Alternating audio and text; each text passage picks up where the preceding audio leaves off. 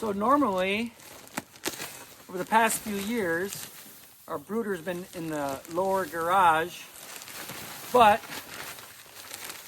there's a big announcement. Well, I can't announce it yet because I got to get some permitting and stuff. The point is that garage will be used, if all goes well, for something else. Yeah, so we need to put a new concrete floor in it, do a few other things. So, these little turds, these meat chickens, these will be the Freedom Rangers. I think I said that, that's our first group. They'll be up in the attached garage. And they're coming soon. I could talk about meat birds all day long, and I could talk about their poop probably even longer, because their poop, it's glorious. In how it feeds the soil, people, how it feeds the soil. Remember, what is best for the soil? The look you see on my face now is Babs sticking her face through the pig panel, sniffing a pig. Something about heat lamps, right? They have to be able to escape it. So we're gonna have about 30 in here, maybe 25. I have to look at the order. Heat down here, no heat there. We'll have the insulation over the top of it. And in the early days, when you want your temperatures in the 90s, for the chicks, we'll have a drop cloth hanging right there over it to really keep that heat. The garage is heated too if we need it. So I'll finish this and show you a final setup. Excuse the mess here. We're trying to get this all ready together for tomorrow. I loathe feed bags. I like to put them in containers. Just rodents and just all of it, right? So I bought these containers several years ago from my construction company, and they work great. We use them inside, we use them outside. They got rollers on them. So keep the feed in here, the dry feed.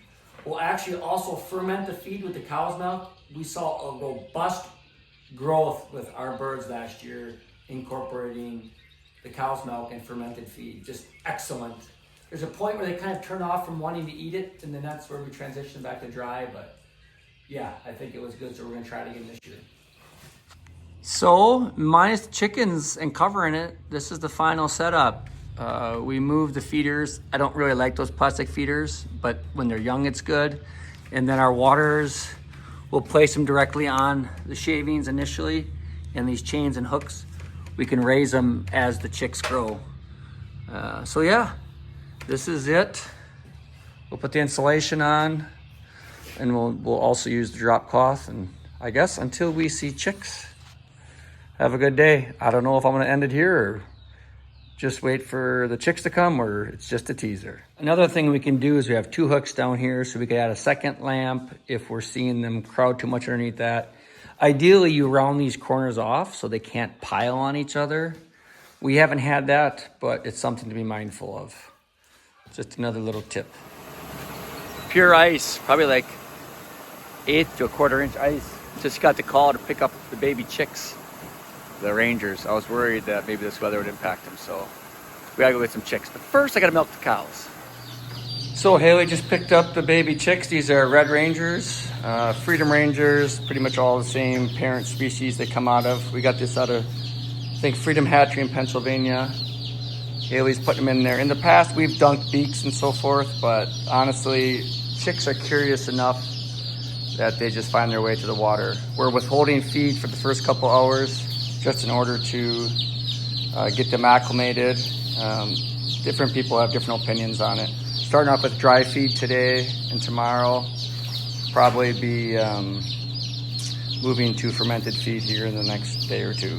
And that fermented feed is with milk and water. I think we had a total of 35 of these. They may have given us an extra 1 or 2, which is common. I forgot to tell Haley to count, so no big deal. Dogs are curious, dogs are excited. That is not breakfast. Again, Meatball season 2026 kicks off. So we added a second light. I figured one would maybe be not enough, but we added a second light to disperse them so they're not on top of each other. And there's probably a general rule of thumb how many chicks per light, but each group seems to be different. There's a lot of commonalities, but so we've got one higher here and one lower there so they can kind of choose where they need to be at. The main thing is to keep them out of the corner so they're not piling on each other or in a really big pile underneath the light. Well, they're all in the brooder. Probably 3 to 4 weeks before they're on pasture, depending upon weather. Have a great day.